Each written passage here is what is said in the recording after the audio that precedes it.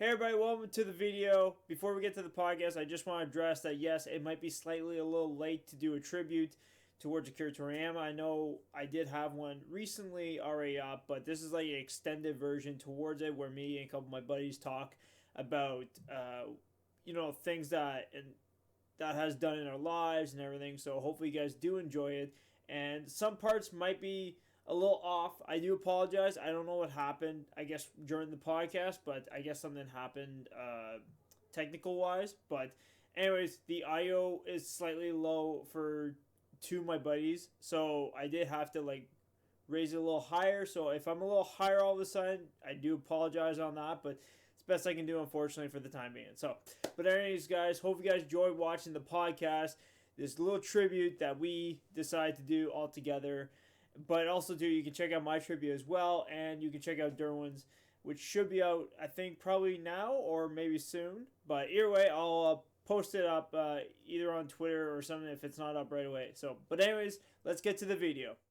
What is going on, everybody? Well, that's in our brand new video today. We have a different kind of video today, which is going to be a podcast to a tribute to the big man himself, Akira Toriyama. And with me to do the tribute is none other than a former YouTuber, which was AZ Electro Kid, and another good friend of mine on YouTube still is Derwin L. Rose. Welcome, guys. Welcome to the tribute of Akira Toriyama as we celebrate his legacy. Hey guys, how's it going? Good to be Crazy here. how this dude is still alive. You still call him AZ, but I don't think he goes by that anymore. Oh no, he doesn't. No, dude, that's a yeah. It's so weird to have that.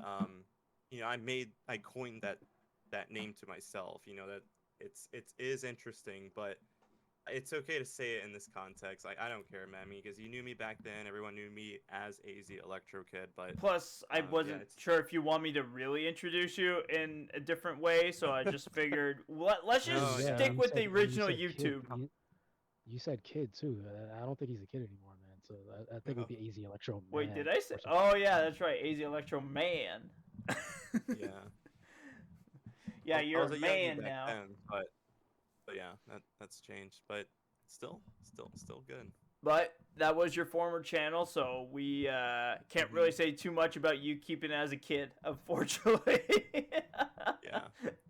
See, if you changed it before you left, then we could say AZ Electro Man, but you went on a little cliff there and just left it as kid.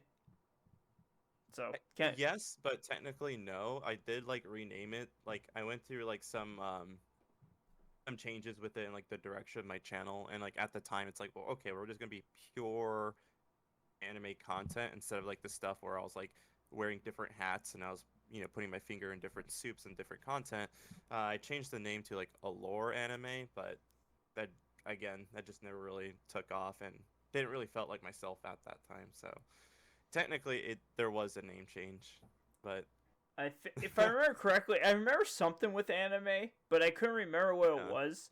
But AZ Electro Kid always stood out to me, so I was like, it's always AZ Electro Kid.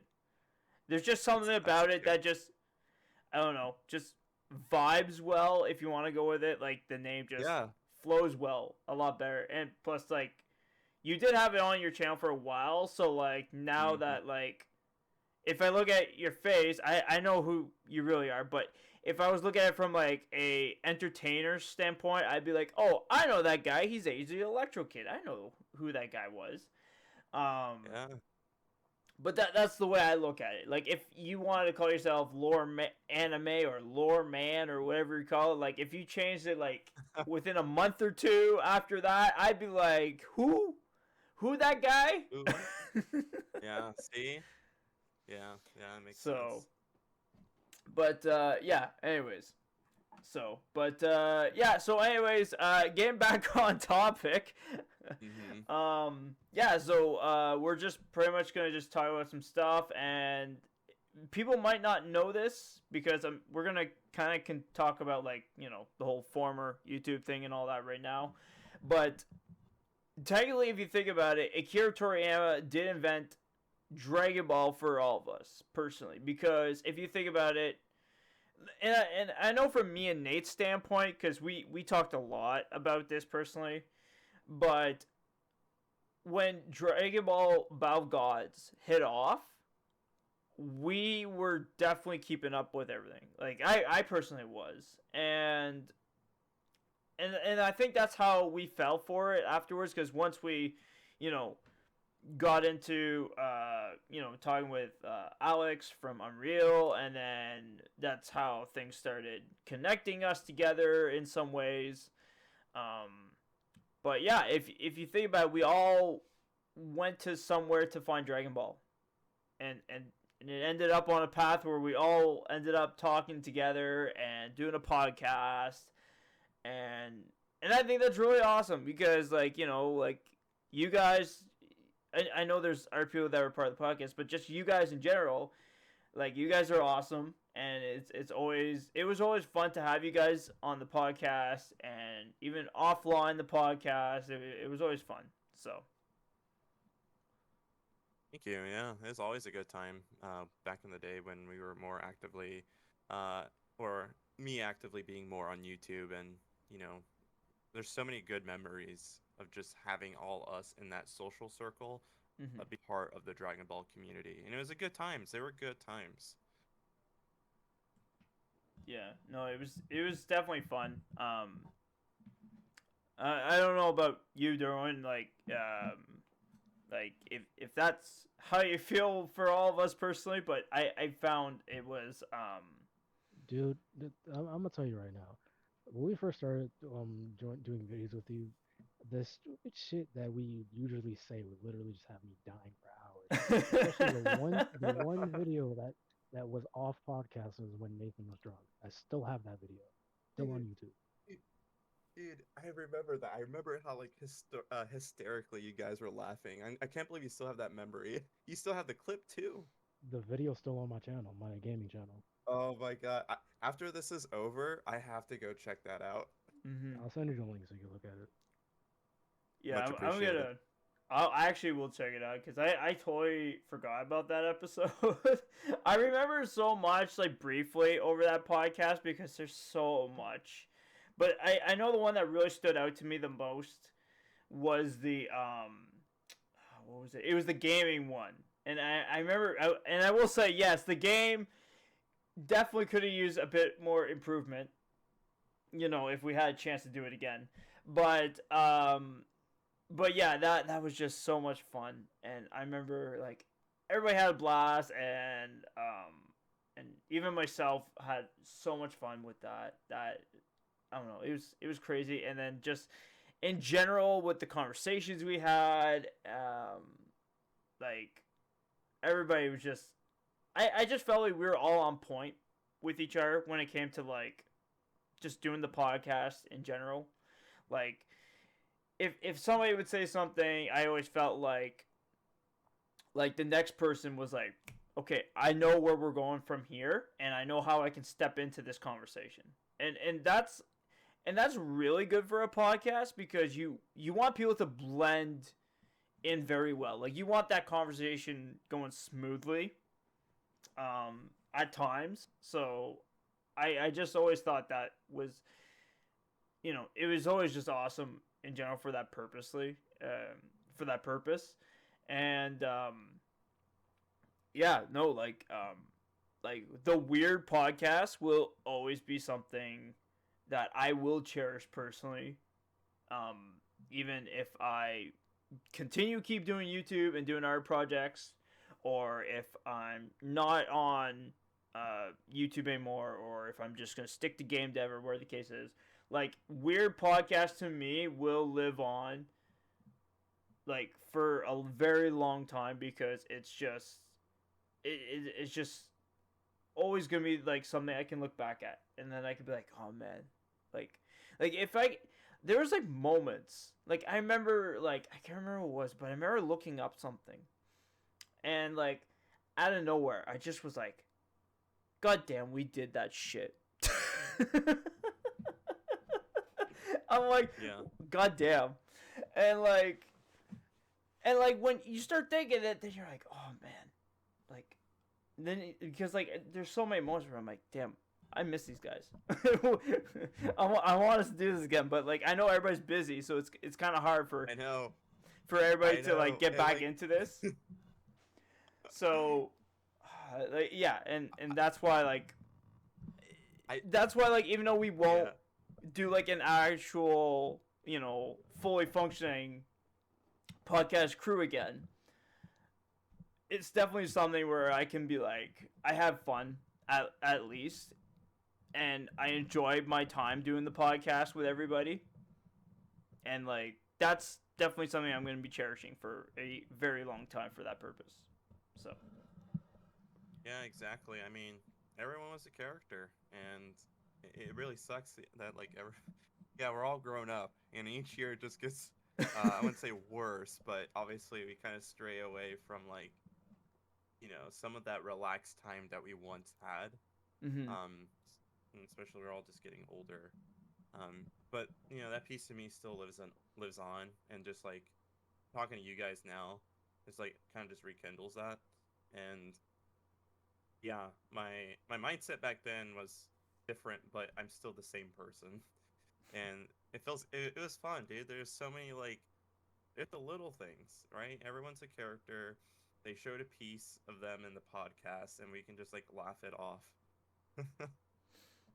No, we definitely had a lot of laughs. I like 100% can say that. Like just thinking about it now, all I could think of was just literally us. And I will say, like, speaking about like different mics and stands or whatever, like I'm not in the same area like where I recorded the podcast. I 100% can say that. But like just thinking about it, like I remember I was in the basement, and like there were moments where I've just felt like, even though I probably was loud as hell, but like at the same time, like I was only being loud as hell because I couldn't stop laughing, or either that, or I was getting into the bit, or whatever the case may be. But like that's what made it a great time. The podcast was just one of the funnest things to ever do, especially like in a group. And like we can even move on to even doing other things that we did, like collaborations together, like one-on-one or a few people at a time. Or I remember even doing gameplay with you guys, especially with Dragon Ball. But like, yeah, like it's so crazy. Like even like the guesses that we had on the show, like I feel like every time we finish the podcast, like people who were just on for like a 1 inch like episode, they would literally tell us at the end that they really, or even like between the podcast, they would just come out and say like, this is awesome, this was so much fun. And like, and I could tell like everybody always had fun with us. They just thought like, and I don't know if people came in going, okay, so they're called the Weird Podcast. Like, why are they called the Weird Podcast in the first place? And maybe it's just because, like, I don't know, like they just think like, oh, they're weirdos in a podcast. Sure. Ooh, like what kind of weird shit are we gonna do or something? And sure.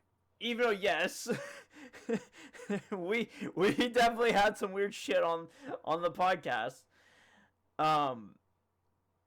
But like, yeah, just everybody always said that we were always a fun group to be in, and just to join and stuff. So, but like those people were also Dragon Ball fans too. Like if you think about it, like one person that comes to mind right now, and I was talking to him recently, was Dragon Films. Dragon Films is a big Dragon Ball fan. Like personally, he did want to join the podcast last weekend. Like I will say that, but just because he had things going on,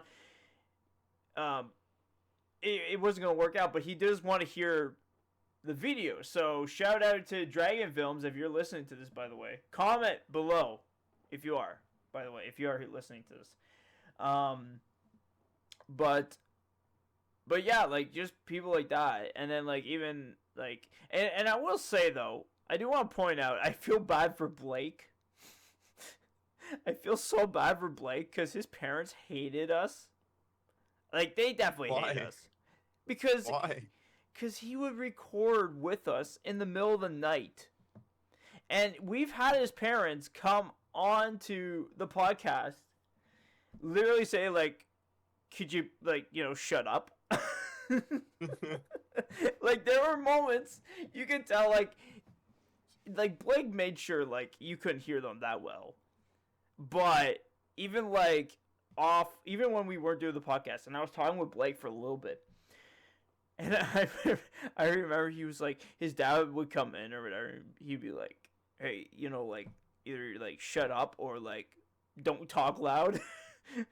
Because like I get it, like it's in the middle of the night, everybody's trying to sleep, and like he dedicated his time with us so much that he didn't care. He was like, I want to do this podcast with everybody, even though it's in the middle of the night, like 3 a.m. or something like that.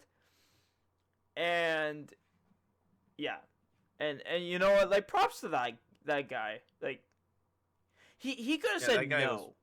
He could have said no. You know that. No. Sorry. Go ahead. Yeah, he could have easily said no, but he stuck with us. He was writing with us, so that was really nice. Dude, sneak, be loud and so early in the morning just to make it through. Yeah, and plus dealing with our weird asses. Like my boy Blake. Where's my boy Blake? Say hello to him.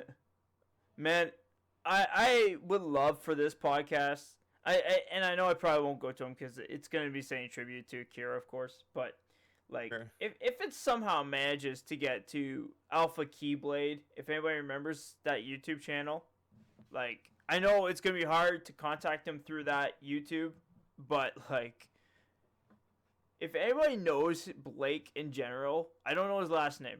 I can't remember his last name, but if somebody knows a guy named Blake that owned a YouTube channel called Alpha Keyblade, tell him to shout out to him and be like, dude, you are literally being talked to on this podcast, by the way. Like, just tell him.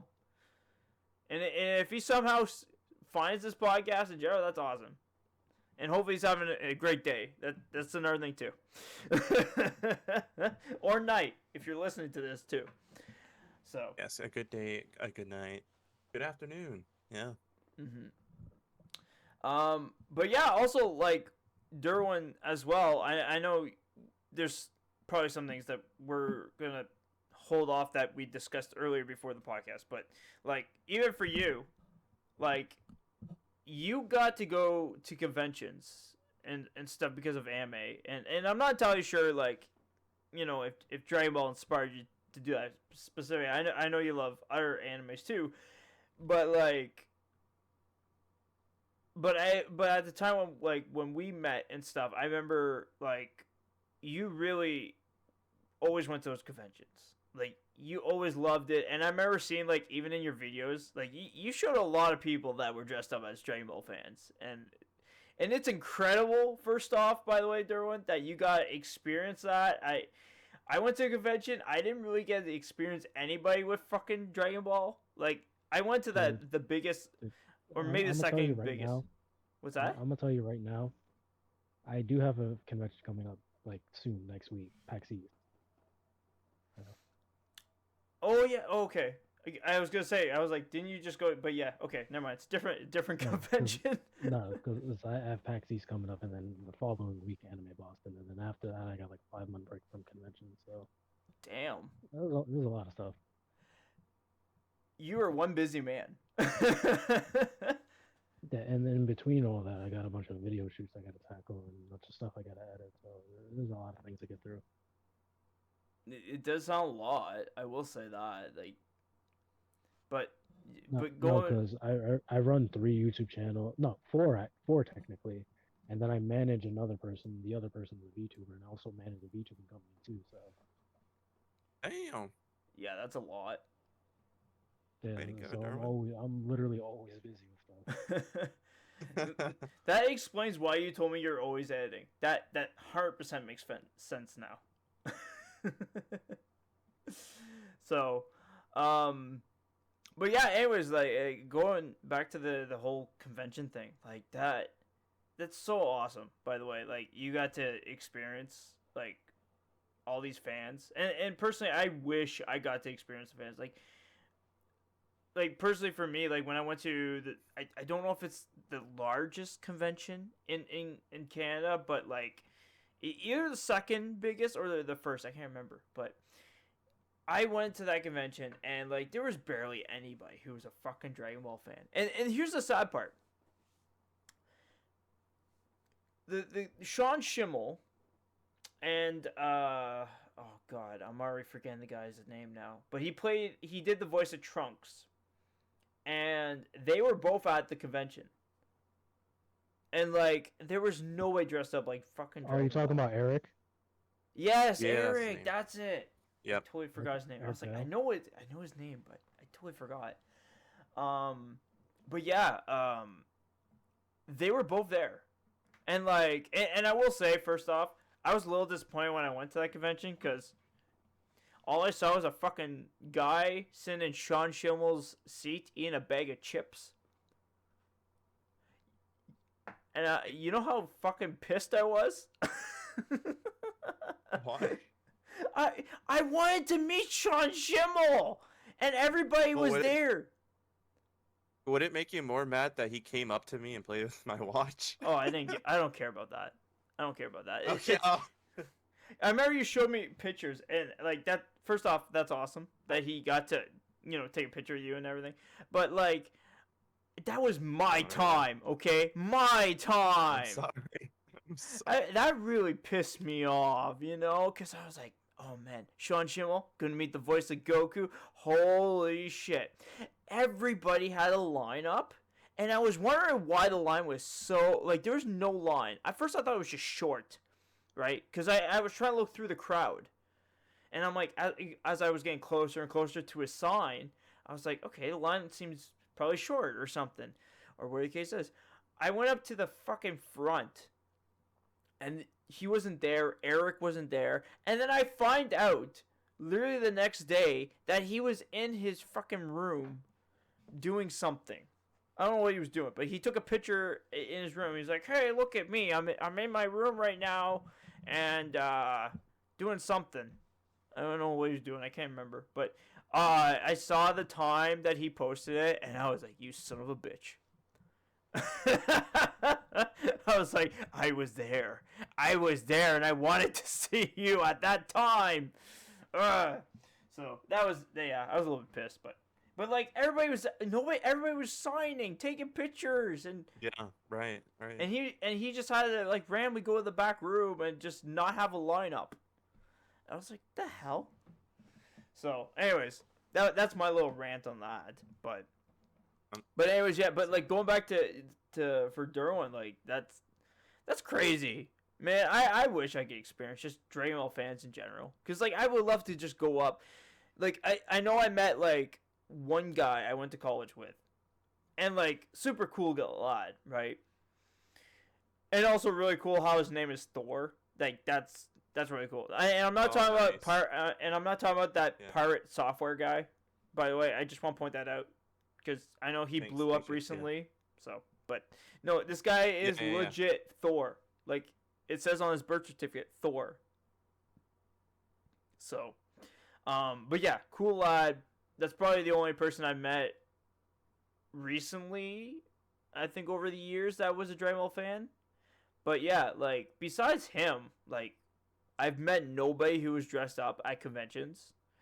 I met pretty much nobody who really is a big Dragon Ball fan. Like I met some people who are like kind of fans. They're like, oh yeah, I love the show and everything. But like, I just felt like I never got that experience at a convention where it's like, oh dude, like I want to talk Dragon Ball shit with you, cause like who doesn't love this shit?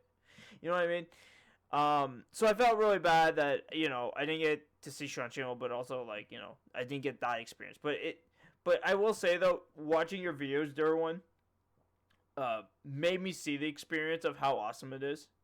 And I will say I will try to go down to these conventions one of these days.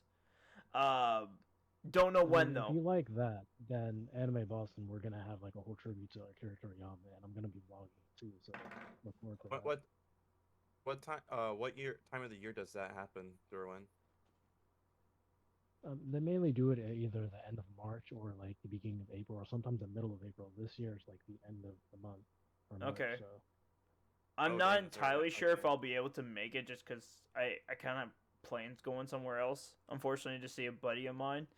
Oh, no worries. So it's going to cost me a bit. And if it has to be around the similar time, I don't know if I can afford 2 trips. It's up to you. So, but maybe I could try maybe next year or some. Hopefully, it's still debatable. I don't want to say yet confirmation like, oh, I'm going to be at this convention at this year or whatever. But I will say it will be fun to personally it would be fun if I went to the same convention as you personally, because then it'd be for one, I get to hang out with you, because that'd be awesome. And number 2, just to just go around the convention and just see everything there, because like I said, I saw the videos that you posted over the years, and they look really fun and enjoyable to do. And even like hearing your stories, even with Travis's stories, I remember he talked about some stuff too. But yeah, it seems like a really fun time. So I definitely will probably end up going there sometime. Maybe not this year, unfortunately, but maybe next year, hopefully. I mean, I'll I got try to more make some time for that. conventions throughout the year, so I'll throw some ideas to you and see what you want to do with that. Okay. But anyways, yeah, I guess going back, circling back around, I guess to Dragon Ball stuff in general. But yeah, like I don't know if you kind of got into the Dragon Ball vibe as well as everybody else, like me. Well, I don't know. Actually, Nate, did you get in Dragon Ball mostly? I can't remember for YouTube. Like what you mean? Like Just YouTube in general. You're just like, oh yeah, I love Dragon Ball shit. I want to make some content. no. My YouTube origins, just like why I did YouTube, wasn't because of Dragon Ball. No. Okay. No, I was just curious. Like, Yeah. and I'm gonna sum this up because I already made a trivia video about this, but like, Yeah. it pretty much was like, I talked with Alex a bit, and pretty much he just said like, just do what you like, and I was like, well, I like Dragon Ball. I know you're doing Dragon Ball and shit like that, but I do like Dragon Ball. So, but yeah, no, I like video games and action stuff, but also Dragon Ball, and that's why I came up with ActionSaiyanGamer, because I was like, that would sound like a really cool name, like, action and then Saiyan Gamer, and the funny thing is, I saw a lot, and I didn't notice this at the time when I made the channel, but there was a lot of Saiyan Gamers out there. Holy shit, on YouTube. I was like, Yeah, right? sure. I was like, what the hell? And then the funny thing was everybody would put Saiyan Gamer, and then either they had numbers or something after it. Nobody had what I did, which was ActionSaiyanGamer. And I was like, wow, as if, like, it was so close to what everybody had, but like mine stood out so badly. I was like, as if that worked. I was like, what are the odds that I just chose one extra word to that whole like sentence or whatever, or the name, and yeah, like I wasn't a clone with everybody else. I was like, wow, that's crazy. Because like I literally thought I was gonna be like, oh wow, I literally am just joining the crowd now at this point, but then like I saw everybody not do the same thing like I did, so I was like, okay, so I'm like, as long as like there's a word before saying gamer, I think I'm in the clear. So, but yeah, for me personally, I got into Dragon Ball on YouTube just because of that. So, um, but what's it? I guess at this point, I guess we could just talk about just Dragon Ball stuff in general. Sure.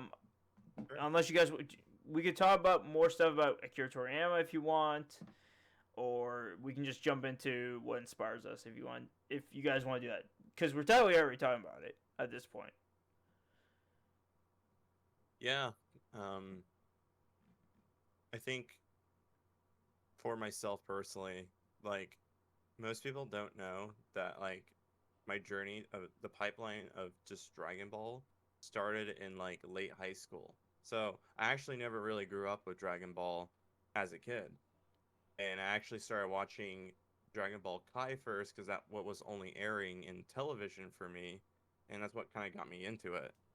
So it's kind of weird to start there, as not like going back to Mm-hmm. the original English voice dub, but going into Kai. But it helped because like it was my entry point, and getting into late high school is like, wow, this stuff is like this show is really good. This is interesting, and it made me like, well, I've heard of Piccolo, I've heard of Vegeta, I've heard of Goku, but when you actually see it in real life, or when you're actively watching it, it started to make sense now, and then from there, it's like I really like the show, but and I want to talk about the show, but there's like at the time online at least, this is before like I'll get to the renaissance of Battle of Gods, but like online there was no platform that you could really talk about it unless like maybe there was some secret forums. I googled it, right? This is when Google was actually really good. Mm-hmm. And the internet was good. Like there was some Dragon Ball like secret forums, but there wasn't anywhere to discuss Dragon Ball. So I started to there was a website that I used to go to do live streams, and it used to have like chat rooms that you could set up. And eventually I started like my own Dragon Ball chat room, purely Dragon Ball, and see what come in. I've met so this is like before, the YouTube way, and I met several people on there, and it was very interesting. And I met a good friend of mine through there, which I think from him, it's almost like crazy. It's like I have to think like Akira Toriyama or the creation of Dragon Ball, which led to this, which led to my friend, which he led me to a different sphere of YouTube that made me develop the way my logic thinking is, because Mm-hmm. that where he pointed me went through a different pipeline and a different journey.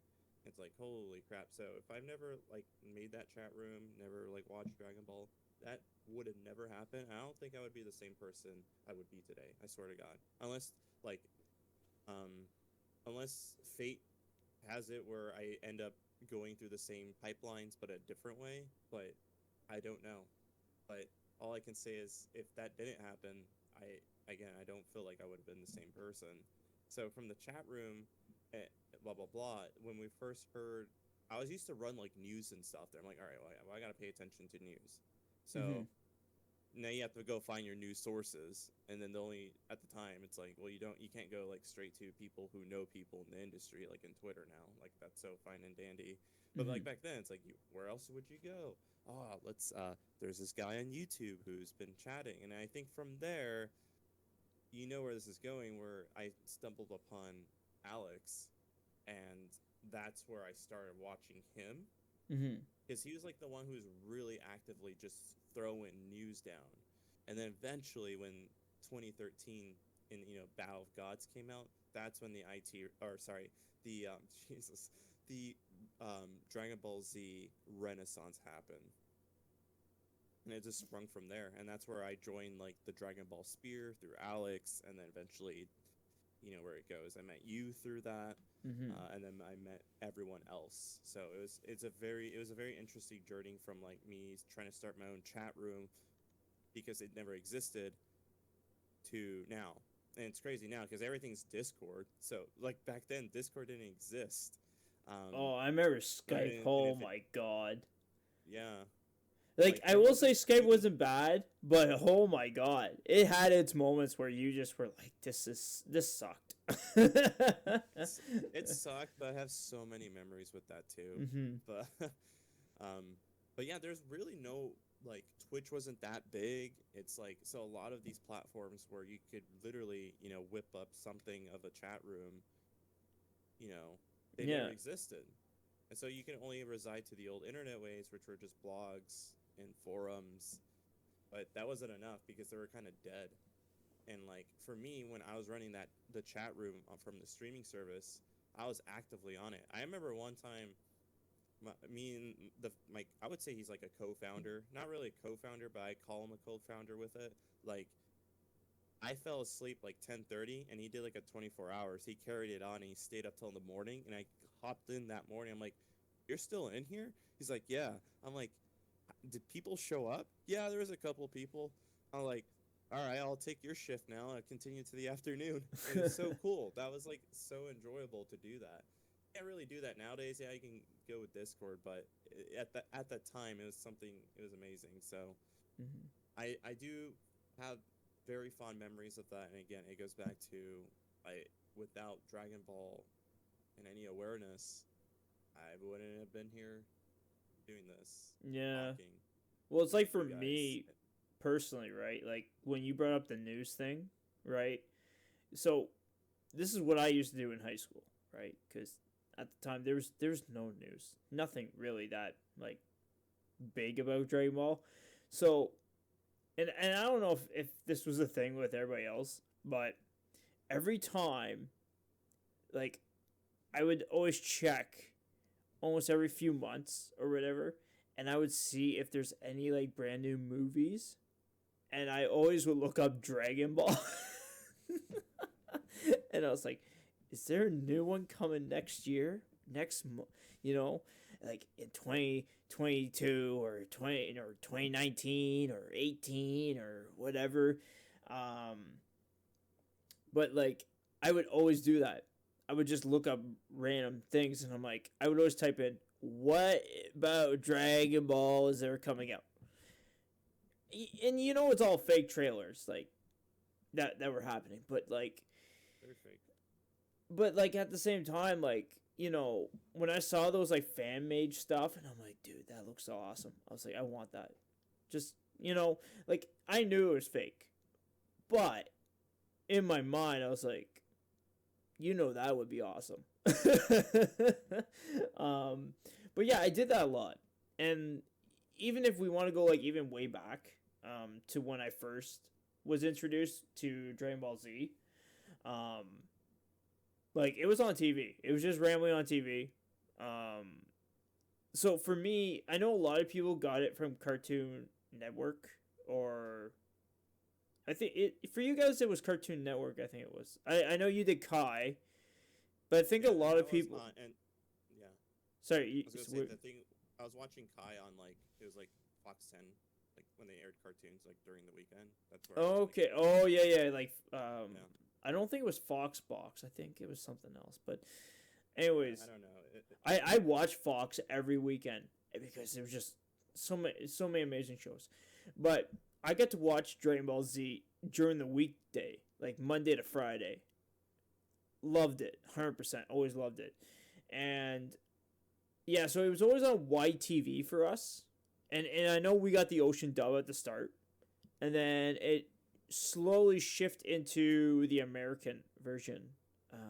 I can't remember how many months or something, but yeah, we had the Ocean dub for a bit, and then I remember it just randomly switched over to like Sean Schimmel and Chris Sabbath and that. But I didn't even realize. I was just like, oh, cool, they because like I think they started airing like when they switched over. It was like when it was like a new saga or something, right? And like it was like you could tell like they got a little bit older, the characters. So I think in my mind I'm just like, oh, they sound different all of a sudden. They just must be old. Maybe that was the case. I don't know, but I just didn't care. I was like, oh man, I was like, I love the acting, love the show. I didn't care. I was like, I just want more of the show. But like for me personally, like I watched that show every single day at 6 p.m. Right? Oh no, sorry, not 6 p.m. 5:30. That's right, because I remember they played a bunch of shows, and I remember they played Sailor Moon before Dragon Ball, and that's why I made a video years ago saying like, yeah, I used to watch Sailor Moon because well, my sister enjoyed that show. So, but anyways, I would always watch that show 6 p.m. every single day, Monday to Friday, and I was always hyped for it. Every time they played Rock the Dragon, I was like bouncing off the walls as a kid. And I remember I used to jump off the couch. I would pretend I was doing like a karate kick. Like I was into it.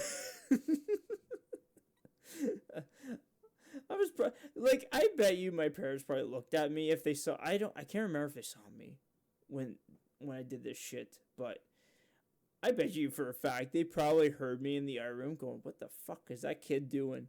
And and personally, I probably would say the same thing.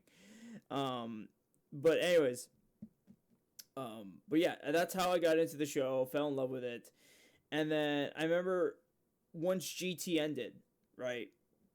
I binged, and I said this also in my tribute too, this little part, but I binged every summer.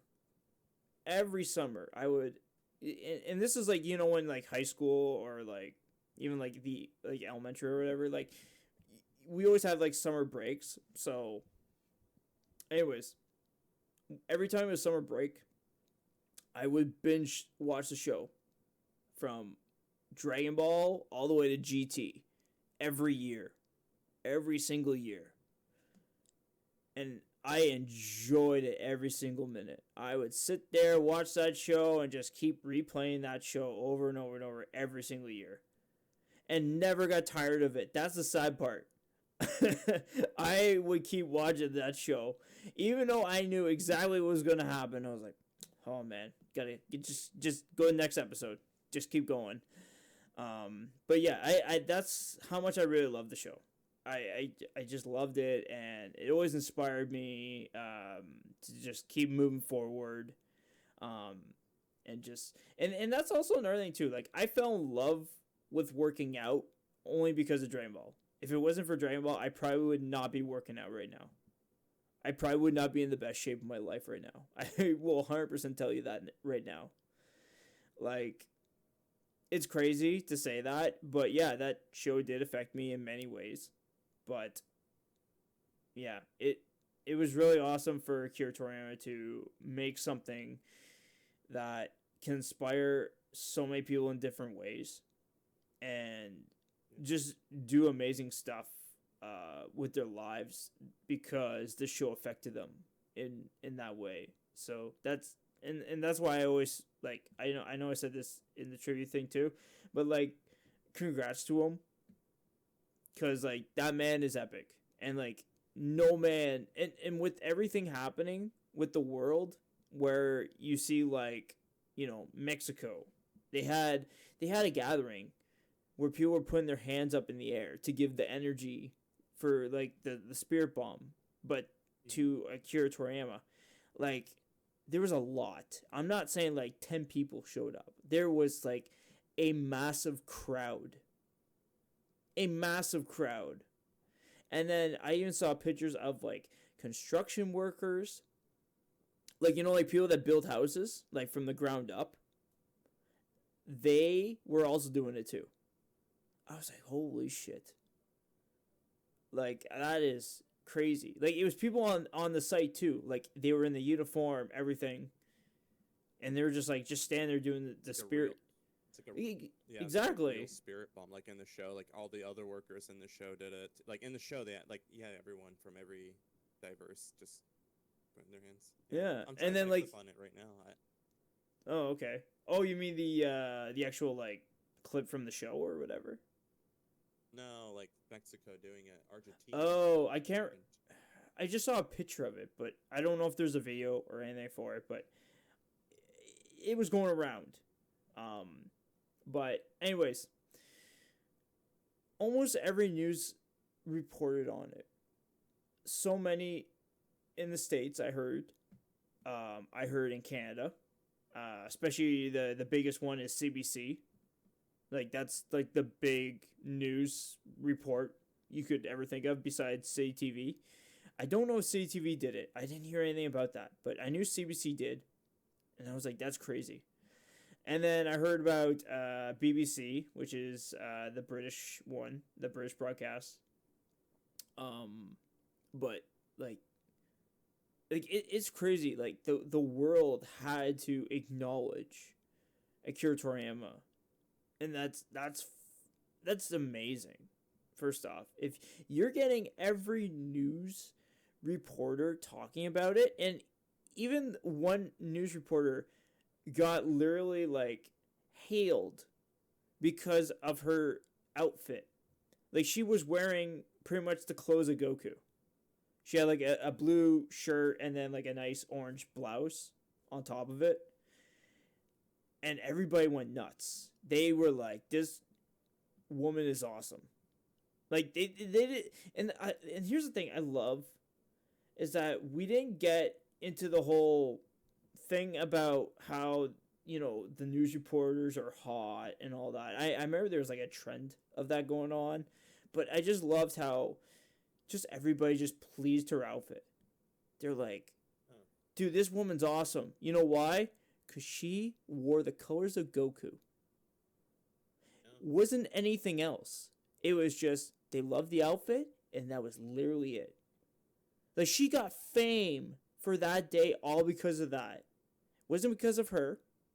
It was because she wore the outfit for Dragon Ball. And that, I give props to the fucking community. Because so many people would have said our things. And I'm very happy with that, personally.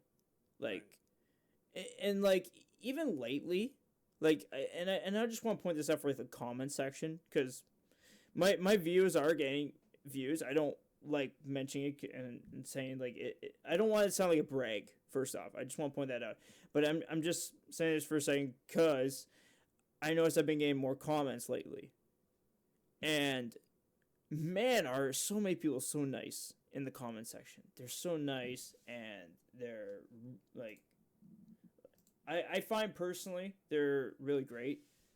But yeah, anyways, like, I just found they're really great people, like, in the community.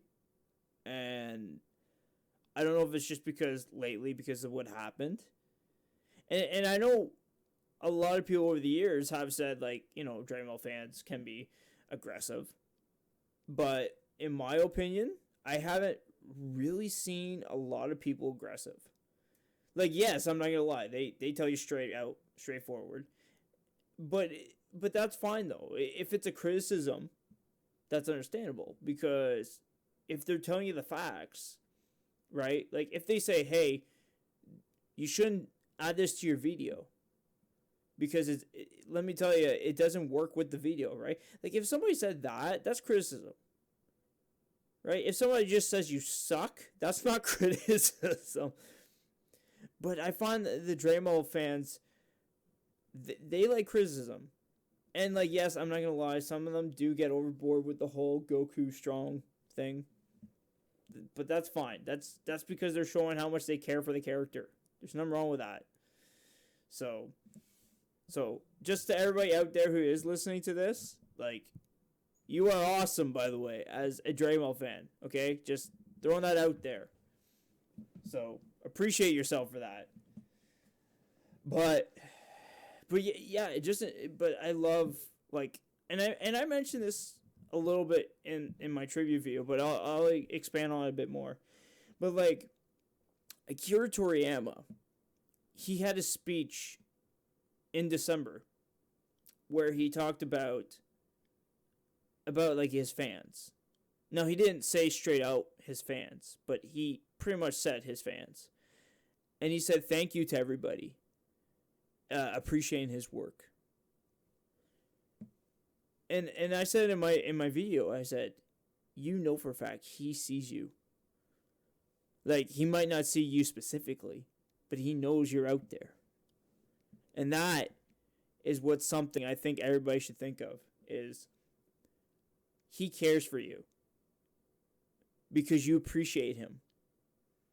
And that's what matters. So even though, yes, he has passed away, he came out and said it at least. He didn't say it straightforward. But when you read that sentence again, you know for a fact he cared. And that, I appreciate that man for one specific reason. Is because, one, he acknowledges us instead of just not saying anything. And also, too, like, he respects us to speak out freely when we want to, but at the same time, like, he knows for a fact, like, what's right, what's wrong, and he is the artist. That's the one thing he will always stand for, is, I do art, let me speak. And yes, there are times, I will say, that the fans don't like. There are moments, but he keeps his ground, though. And if you think about it, isn't that what Dragon Ball is, though? It stands its ground. It shows you that I can do whatever I want, and I can show you in the greatest way ever, if you let me. And that is Akira Toriyama. And like, maybe people don't look at it that way, but literally just think about it, right? So many people criticized Dragon Ball over the years, right? Remember, you probably know this for a fact. You probably heard this from so many people. People said that there's no story to it. It's just everybody yelling, right? Right, Nate? I know Derwin's gone for a second, but sorry. Yeah, that's just like a basic overview for a person who's absolutely has never seen the show. They'll just say that for like the lulz and memes, but really they've never seen the show. Yeah, it's always the criticism. Yeah. But that's what I mean, right? They always go, Dragon Ball, what a horrible show, right? But when they get into it, though, you know what I mean? Like, and that's the thing. That's the one thing I will say. Like, Akira Toriyama never listened to the people that never cared for his stuff. He's like, if you like it, you like it. If you don't, go away. Like, he's that type of guy. I would love to think he's that type of guy. Like, you know what I mean? Like, and I'm not trying to make that sound like a mean person. I just want to point that out. Like, I'm just saying, like, when it comes to his work, he cares for it. And like, if you don't like it, he doesn't want you around because he wants somebody who cares for the work, right? And if you think about it, the people he's worked with over the years have actually said this, that he is very into his work with everybody who cares for his work. So what does that tell you? He will work with people that care for the work, but he will not work with the people who don't care for the work. Because he wants to be with people around who want to make this more enjoyable, who actually want to make the show great. He doesn't want to work with people who don't care. And that's what I mean. Like, the show never really changed. And, okay, well, I shouldn't say that, but but that was business, folks. I just want to point that out. That was the business side of Dragon Ball. But you could tell, though, even in the manga, like, he still kept the vibe going. Because that's why so many people love the manga right now for super manga. Maybe not superhero manga, because that was just literally just telling the whole story again. But besides that, like, people always point out, like, so many big moments of, like, oh, wow, they put this in the manga but not the anime. And that's because Toro Taro followed Akira Toriyama's instructions. He said, I want this done, put this in the story. He did that. And he gave us what we wanted. And yes, maybe it didn't show up in the anime because, well, there's a lot of reasons I can get into the business side of probably why they did it, but I don't want to get into that, unfortunately, because this is more for Akira, not me talking about corporate. But yeah, like I said, he pretty much showed it through the manga, at least. Like, we got to see the side, at least, of what Akira wanted. And I think that's better than nothing. Because even for me personally, because I'm doing reviews on all of his old stuff. Like, I'm going through all of it. I even recently just ordered the first collection box for Dragon Ball, because I do want to do a review on the original Dragon Ball, because I want to see if there's anything different. I want to see if there's anything unique out of his style before we even got the anime. Like,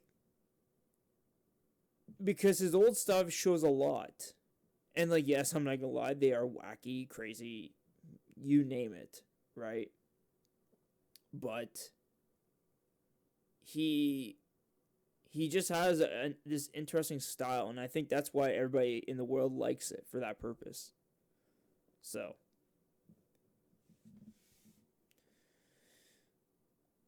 Very well said. yeah. Well, I try. Yeah. I'm not entirely sure if Derwin's back yet. He had to take off for a quick second, but yeah, I don't think he's back yet. He's helping out something personal right now in his family member or something. I can't remember. Anyways, so I think we pretty much summed up about Akira Toriyama. Like, I don't know if you have anything else you want to talk about specific about, like, what he's done to the world or where the case is. Morris, like, I know him being a private and very reserved man. Like, I hope he lived a fulfilling life besides outside of work of being, mangakai, a manga artist, and working with the industry. I really hope that he got what he needed to do. Jeez, the way you're saying it sounds like you're at a wake. Jeez, dude. What, me? Wait, what's that? Wait, who said it? Who said it? Who said it, like, weird? No, I'm saying the way Nate's putting it sounds like he's at a wake. Sorry. Well, because I take things seriously. I well, think to some degree that I care. So, like, besides, like, I know people recognize that, but he's still a human being. yeah. And for me, I treat everyone like a human being, and I really hope that he did live the fulfilling life. And I know you mentioned maybe there is some greater awareness of the fans that watch him, but I hope it would be very interesting if he had some type of hyper awareness of the entire world and what we thought. Like, who knows what as you're obviously you're a famous person. I'm sure he's aware of that. But more or less, like, I hope he just if he had that hyper awareness, and maybe, like, with all our, like, how much any of his works has impacted someone. He's a goat. He's a Mount Rushmore in Japanese culture that came out of Japan into the world. So he deserves that title of just getting the proper send off that he should be recognized. And I'm sure he acknowledges all of us and all the fans that really appreciate his work. Besides that, like, I'm sure, and more everyone who's probably worked close with them has some deep respects. Maybe there's, even if we don't know the man, like, I think just that alone, just colleagues, just already says enough. Like, if they're just that humbled, that's something, and it means a lot. It is unfortunate that he's gone, and yeah. Just leave it there. Yeah, no, it's not great what happened. because like yeah, like I'm assuming we all felt something when it happened. But yeah, no, it wasn't great when the news broke out and we all heard it, um, but kind of just it's hard and I'm trying to say this without making this sound really mean to say, but like like like life goes on, I guess, if you want to go with that, but like things happen unfortunately where we don't want it to happen, and yeah, that's pretty much it. Like it sucks, but like we knew he was getting older, like because people usually when you get around 70, that's when things start getting a bit risky for you, I can say, um but yeah, like we knew it was gonna happen because like if you think about it, they even talked about like not this event, I mean specific, but like it could have been like years down the line for all I know, but they kind of were pointing it out. You know what I mean? Like saying like, hey, if anything happens to this man, you know what, we'll be doing this, right? Like they pretty much already said like his son's gonna own the Dragon Ball franchise. Like they already pointed that out. Um, so you could tell like they were thinking ahead. They're like, you're getting older now, but you might want to start planning stuff before anything happens. And I think that's kind of what they were trying to show us was like, like this man ain't 20s. He's not in his 20s anymore. So anything can happen. And it sucks that, we have to get to that point, but it's not something that we want to see, but unfortunately that's just part of life that has to happen, like there's been so many celebrities or people famous in general, or even people that we just know in general, like like we don't want to see anything happen, but it's part of life, like it's it's and I know it's really hard to say it that way because like we don't want to say it's just life, but like it kind of is, unfortunately. So but anyways, getting out of this first, because I don't want to keep talking about life. It's all right, man. But yeah, no, Kiriter has done so much. Like I'm really happy he got an award before before he left, because that's really nice. Like I'm glad that he got to understand that people appreciated him for that. So anyways, Derwin, did you, I don't know if you want to mention anything specific that maybe you're not trying to save for something special right now for something else, Yeah, but if I'm gonna keep it short and sweet because the video I made is like an hour plus long. holy So shit. I'm not gonna reveal too much from that. If it wasn't for Dragon Ball, I wouldn't even be like into YouTube. Dragon Ball is literally what got me into YouTube and like doing and meeting a bunch of people at different dimensions and doing all types of crazy videos.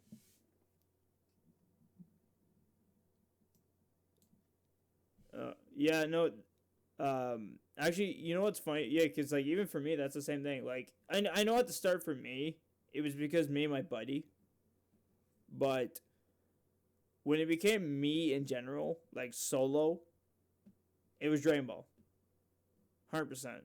Like I was gonna die. I probably would have dived into it sooner if it wasn't for my buddy and me doing it, because we just made a random video one day and we just thought it was fun. But that kind of got me into YouTube. That was like the first step to YouTube for me. Like I did enjoy doing stuff for videos, Yeah, but making content and all that is fun. Like if you're being inspired by something, by an anime that you love, or like a game, or like some series, and then you take that and then you branch it off into your own. That's how you can like make your own like thing. Because like how it started for me, like Ocean Dub is I saw that on TV. That's how I started. It went all the way into the Majin Saga. And then I saw the Funimation dub and saw how different it was from the original from what I'm seeing what's new. Because I started with the Dragon Ball, the Ocean dub, and then Dragon Ball Z Ocean dub, and then I didn't. They didn't. The Ocean dub, they didn't touch like GT because like Funimation pretty much bought them out. So Sean Schemmel, Mm-hmm. Chris Sabat, and everybody else took it over, and RIP to like the Frieza voice actor that took over the guy. Like the thing is, like if you watch Dragon Ball Kai and then you watch the original Dragon Ball Z, the uncut version of Dragon Ball Z, there's like several differences. Because in Dragon Ball Kai, it like, has everything short and sweet, but if you watch the original Dragon Ball Z, it has everything in there. And the Kai just removes all of the filler of even some of the filler that actually contributed to the story. They removed all that. That's why Mm-hmm. I prefer the original Dragon Ball Z Ocean dub uncut better than all the other Funimation and Kai versions and everything else from Dragon Ball. The original is like where you can actually pick the roots from the stuff that we see now. Yeah, no, definitely because like what was because like even like go talking about like the Ocean Dub version in general, like they didn't have the whole 9,000. Like they actually did have the actual accurate thing Yeah, in it was it. 8,000. It Yeah. was 8,000, not 9,000. No, I'm saying the Funimation version was it I think Chris Sabat was the one that I don't know if he was getting the script or whatever, but I remember him saying about like he said 9,000 or whatever for the thing, but anyways, yeah, like I remember the Ocean dub. They because like yes, I will say I do love the over 9,000. That it is really amazing meme, but yeah, like if I remember correctly, the Ocean dub had 8,000. Because I remember I wasn't like huge when Yeah, I you're heard right. that.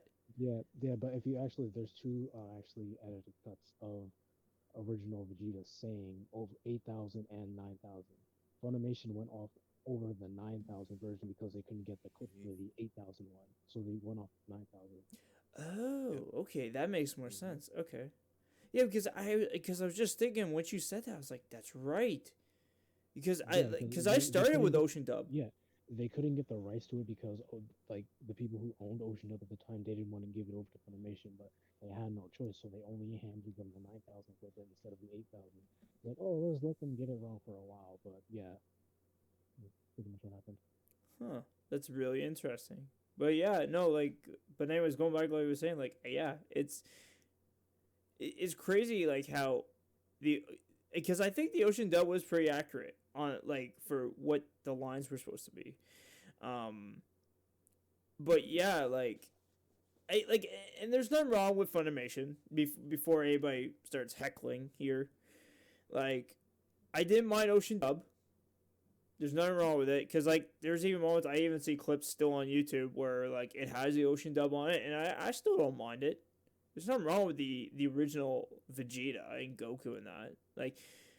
Like personally for me, like I mostly know more of the Ocean Dub Vegeta just because I think people just know that actor in general, or just because it's out there, and plus he's been on conventions with Sean Schimmel and or no Yeah, Chris plus Abbott. Sorry, Chris Abbott. if you've seen Dragon Ball Super, that episode with Copy Vegeta, that's Mm-hmm. Ocean Dub Vegeta. Yeah, that's right. Yeah, Yeah.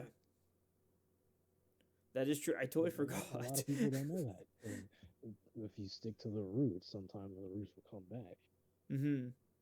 But I love when they do stuff like that because it's like they know that's part of history, and then they're just like, we'll give them a taste of it because it's like it's definitely something fascinating, and I love it for that because, and like I know it'd be kind of hard for like the Ocean Dub like Goku if they randomly brought him back because I feel like a lot of people would be like, oh well, that's okay. But I will say though the Ocean Dub Vegeta works so well, even in the Super episode.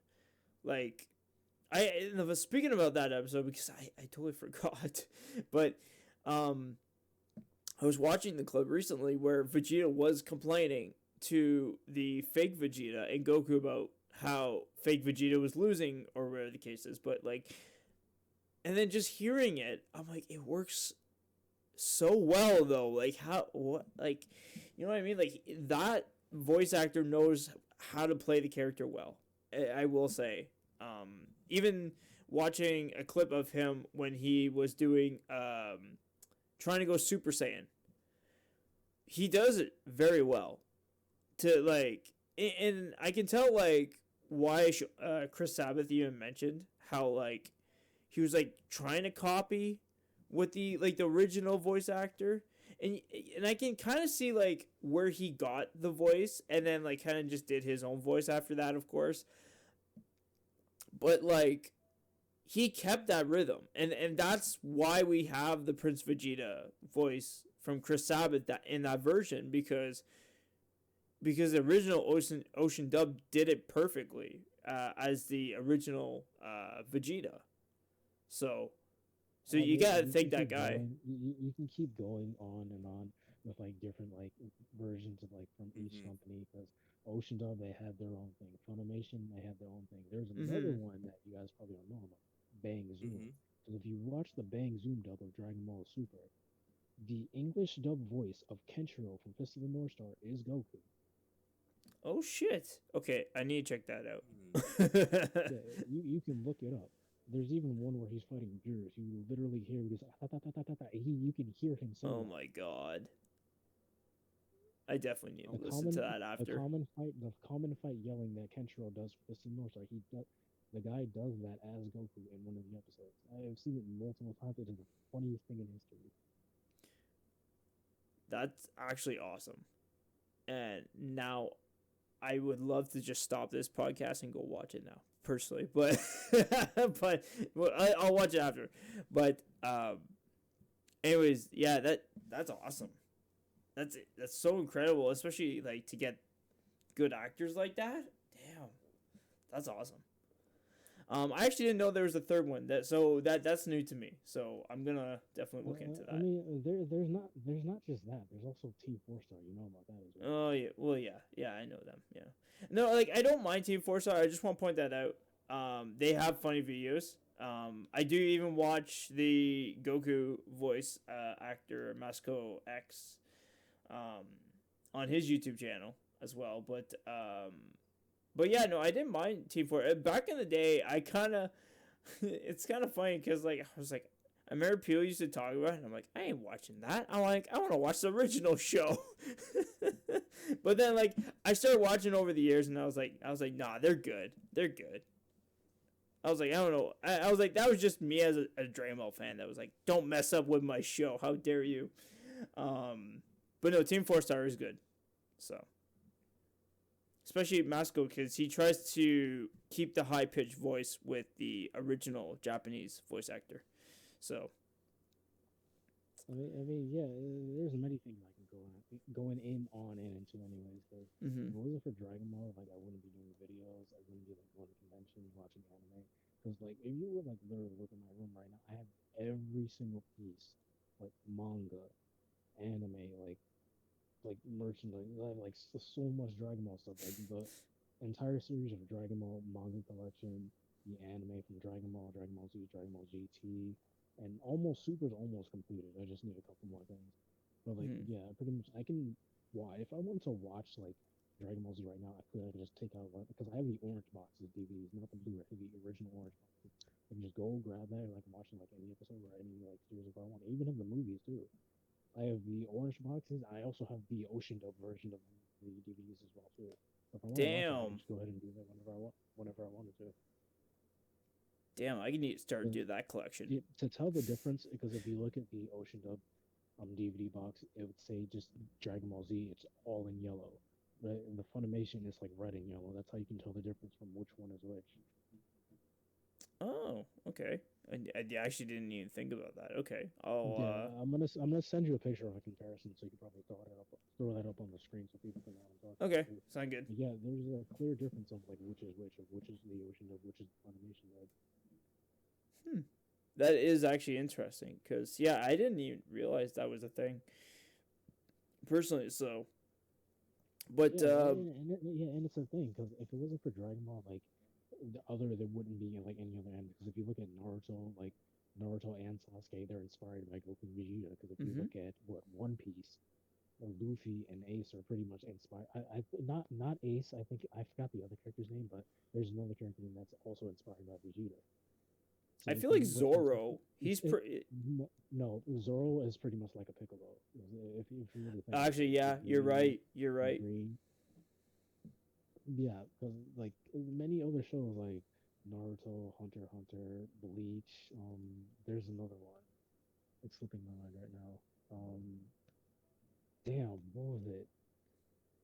There's a lot. But yeah, it is not just Dragon Ball too. Like it's also in cartoons too. Because if you look at Fairly Odd Parents, that the movie where they're fighting over the controller is pretty much like. Oh a yeah.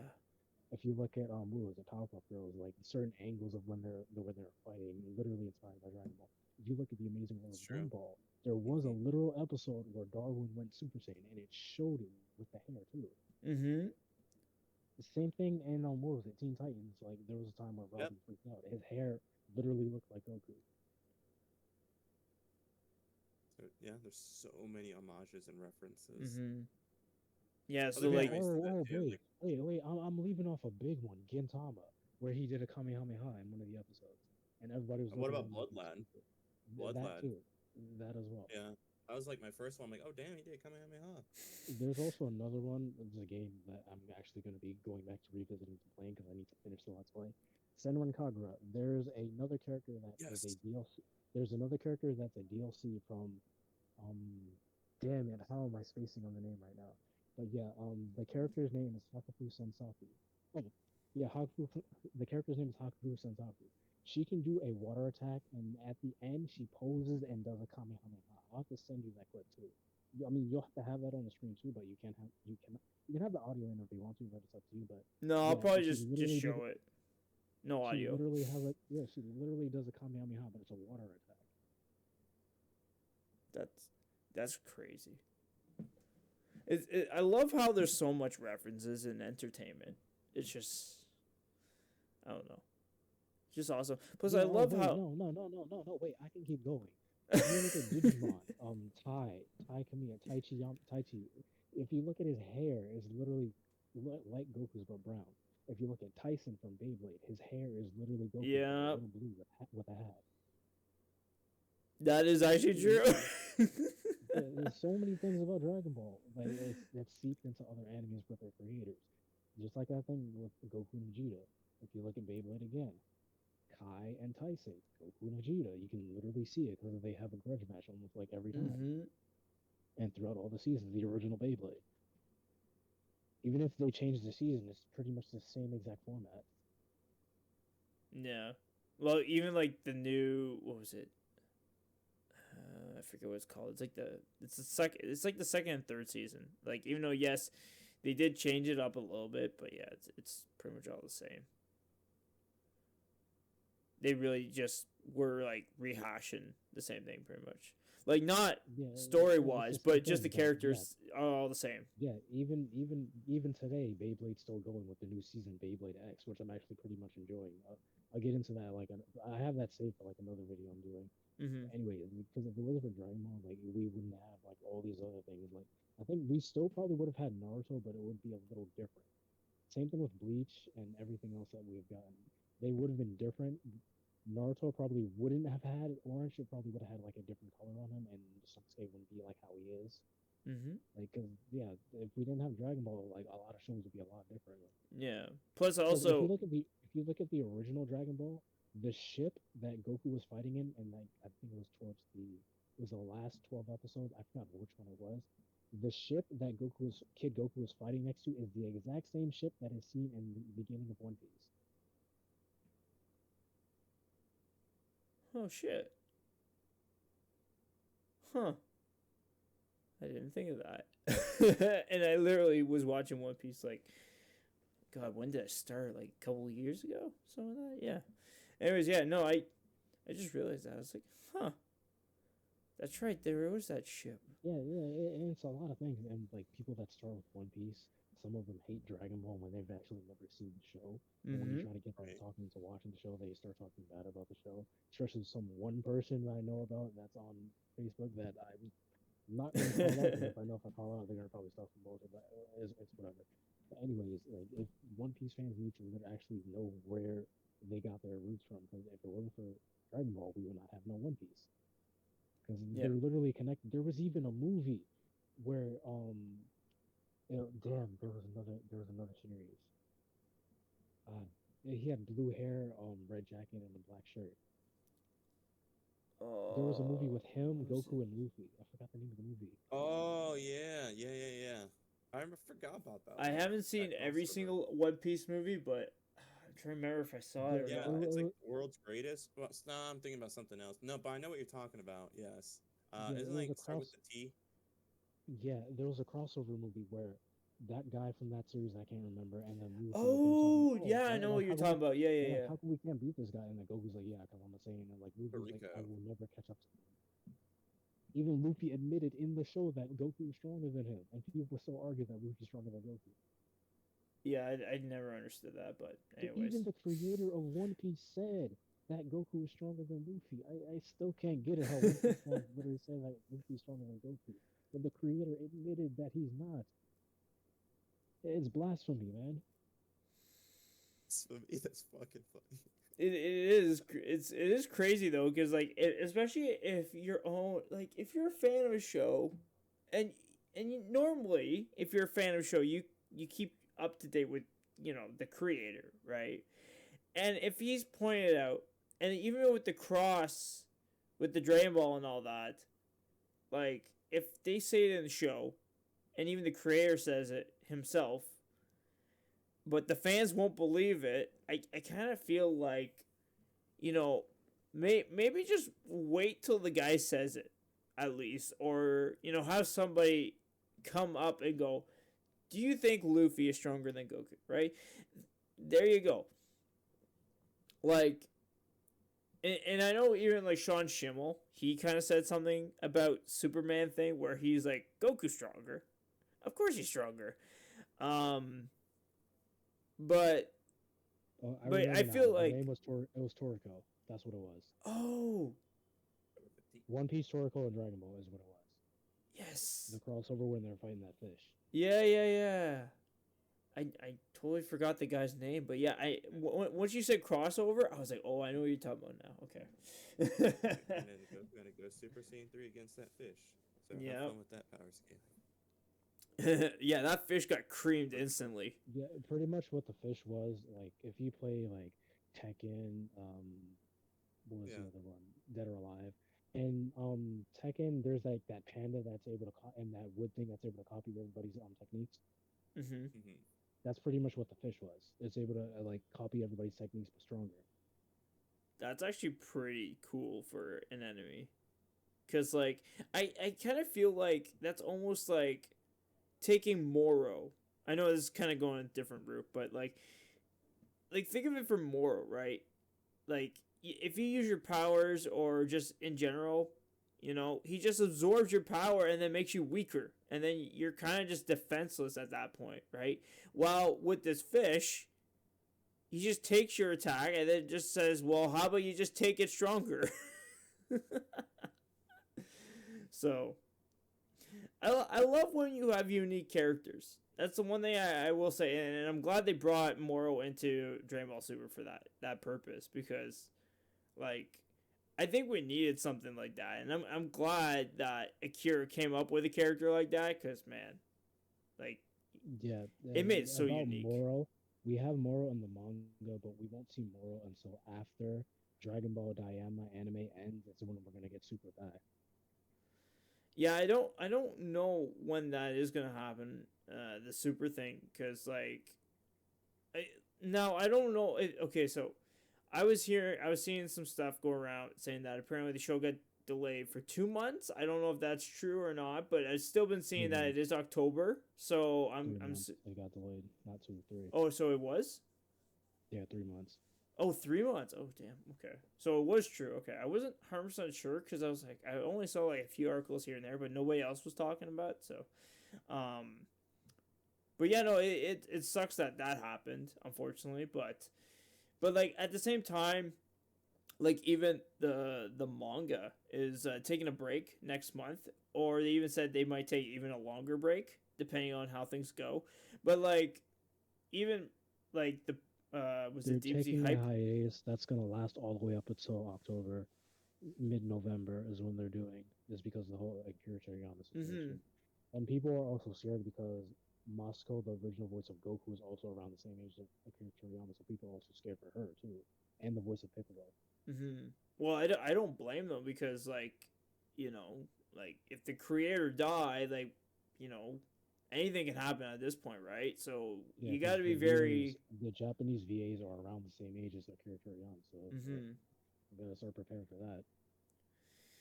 Yeah, that's the thing that's gonna suck, unfortunately. But yeah, it's not gonna be pretty when she dies. I will say that because, um, True. yeah, it's gonna be rough because there's no way in hell like somebody is, especially for her to do Kid Goku, then teenage Goku, then adult Goku. You know what I mean? Like you can't just have somebody do a voice all like God. Yeah, I don't know how many and it's decades not just now. that. She also does Gohan, Goten, and every Mm-hmm. other version of Goku and everybody in Goku's family. Yeah, so it's gonna be really hard for them to just have another voice actor take over for that. So that's I don't know. Like thinking about it now, that I don't. That's gonna be concerning because the one thing I will say is like when they release those episodes, like before we even get the English dub, I'm on those episodes instantly. I'll be watching it. I don't care about sub. I personally like I if it's personally for me, I don't mind dub. I would watch dub because then that way I don't have to read. But Yeah, same. Because I watched sub before dub. Because also back to Moscow, because she doesn't just do Dragon Ball, she also does Digimon too. Because if something happens to her, we're not gonna. It's gonna be bad for Digimon too. Because ooh yeah, of that's not that, good. Bleach, and a couple other shows too. Yeah, if she's like all over the place, yeah, that's gonna be hard. Especially if she's the main character for those shows too. Yeah, that's gonna be rough. Yeah, she is the main character, which is the problem. Ooh.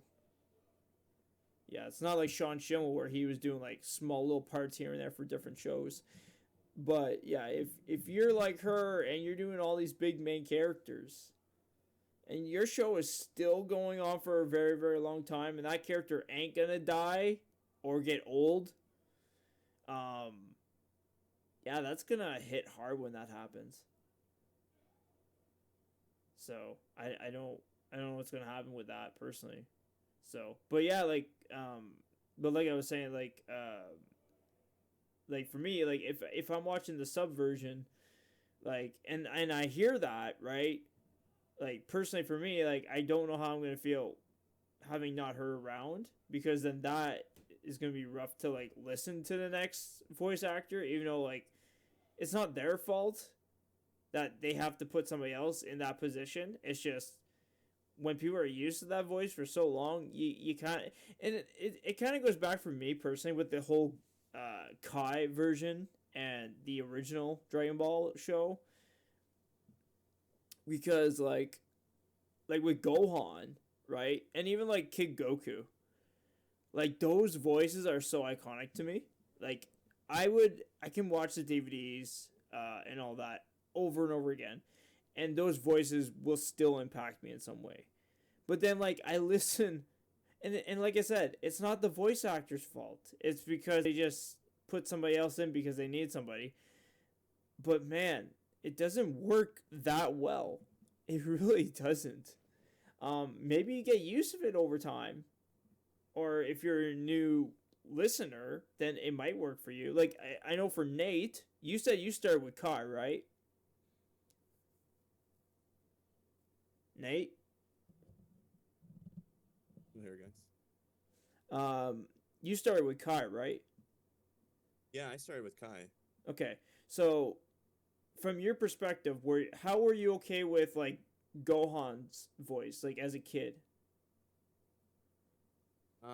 Didn't really mind it. I mean, it's my first entry, so it's my Mm-hmm. first entry, so I didn't mind it. Like Yeah. even if I going back to the some of the other dubs of English, either the Funimation or Ocean, I really don't mind it. So yeah, I Mm-hmm. don't mind it.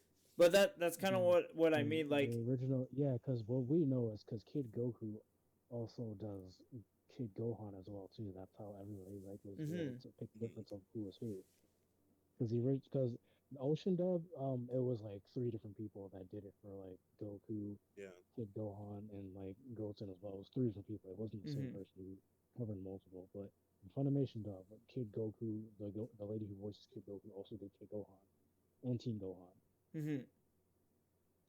And her voice is so like it like she does amazing job with especially with Team Gohan. Like when you see that scene where he goes Super Saiyan 2 for the first time, she does an amazing job. Like Mm. amazing job.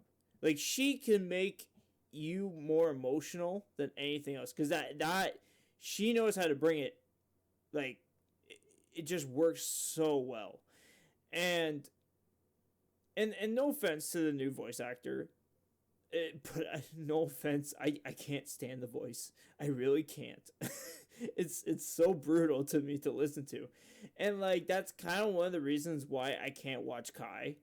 As much as I heard people saying like, oh, but like the show makes it work and all that stuff. I'm like I want to, but man, It bring makes sense. back the I original. get, I get, yeah, I get what you're saying because it does make sense. Because I watched before I watched Dragon Ball Kai, I started watching Fairy Tail, and then I heard Urza, and then when I started watching Dragon Ball Z Kai, I'm like, why am I hearing Urza? And then I looked it up. I was like, oh, it's the same voice Oh, okay. So I guess she just moved from. Oh, okay. I guess she just did that. I guess after the. Well, I heard there was an incident, so that's why she didn't take the role again. But anyways, yeah, I guess she took it. But like, see, I had nothing wrong with Fairy Tale. The show was good for that. Like the voices, everything, it worked. But I guess when she jumped in for Gohan, I think it's because her the original voice was just iconic at that moment, you know. And like to me Yeah, and personally, the original VA for Gohan was off doing other projects. yeah. Because I think it was a certain scientific index that they were doing, but I can't remember the exact title. Okay. But yeah, when I first watched Dragon Ball Kai, I was expecting to hear that iconic Kid Goku voice, but no, I heard Urza, and I'm like, I mean, it kind of works, but in a way, it's off a couple of keys, but it can work for like a bit, and then yeah, like I just got used to it, but I'm still more used to the original iconic Kid Goku voice for Gohan. Mm-hmm. Yeah. No. Yeah. I kind of prefer so kind of going back with the whole Moscow thing. You know, if anything happens to her, like I feel like a lot of fans are gonna like go into that route and be like, yikes. Um, and like I said, there's nothing against the voice actor. It's just when you have somebody who's been iconic for decades, right? Like for like for me, with the example that I was saying with the Gohan voice actor, like to me that's iconic. Like you can't take that away, right? But with Masco or yeah Masco. Anyways, yeah, if you take her away after way longer than the example that I said, like you're gonna startle a lot of people. Like you're gonna have Yeah, people turning that will heads. happen, but the thing is, for Japan, they have backup people that sound exactly like the actual character. Yeah, they have what am I saying? Not backups, understudies. They have understudies Mm-hmm. that sound exactly like the character. For Moscow, she has three. For Vegeta, there's like two. For Piccolo, there's like one. Damn. Yeah, Why they the have fuck backup do we not do that yeah, here?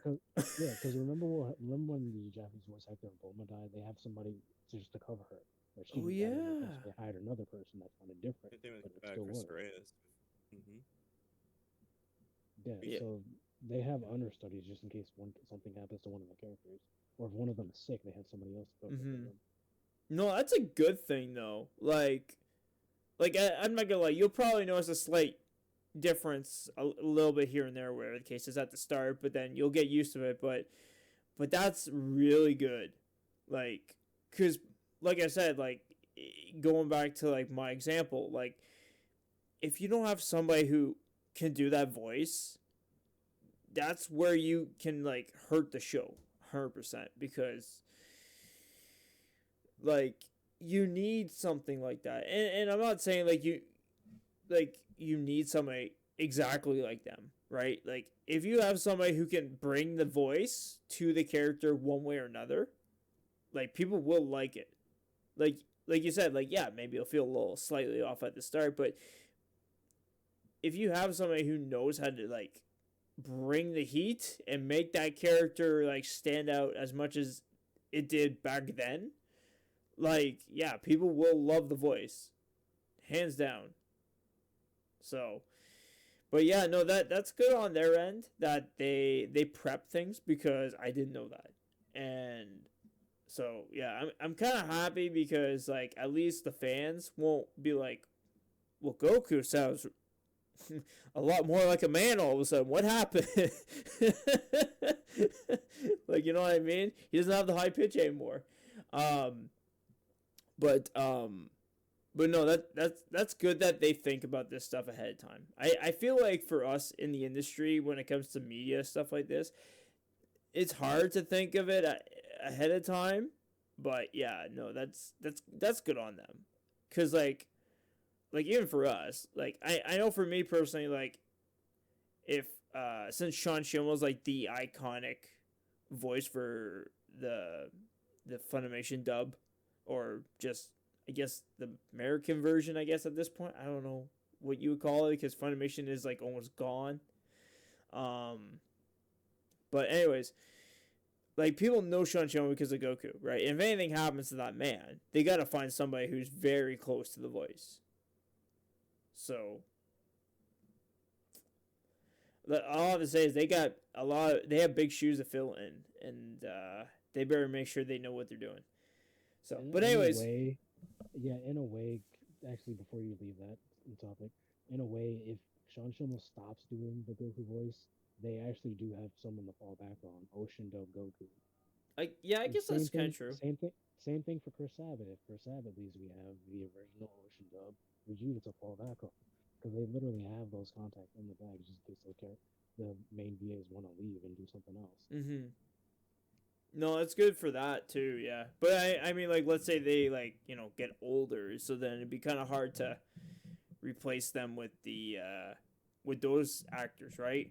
Because like even if they last like I I don't want to say they last like 2 years after, but like if anything happens to them too, because they're around the same age as them too, so like if anything happens to them, then they got to bring in new blood, and that part scares me personally, because I personally would be like, nah, no, you ain't bringing someone. Not really. We would just get Nathan to do Goku. Okay, sound good. Nate, you're getting hired. Hey, put VA under my resume now. Alrighty. Anyways, I think it's been long enough for a podcast, unfortunately, because it's an hour and a half. It's an hour and a half of recording right now. So, but anyways, I think we all pretty much like said our thing about why we like Akira Toriyama, and I think just in general, like we will miss the guy for what he makes, and to have everybody who's been a part of just Dragon Ball in general to help out, like make the animation, make the voice acting like we talked about, just being able to bring this show to life, I think is just amazing, and seeing how much it impacted the world is also so fascinating and incredible.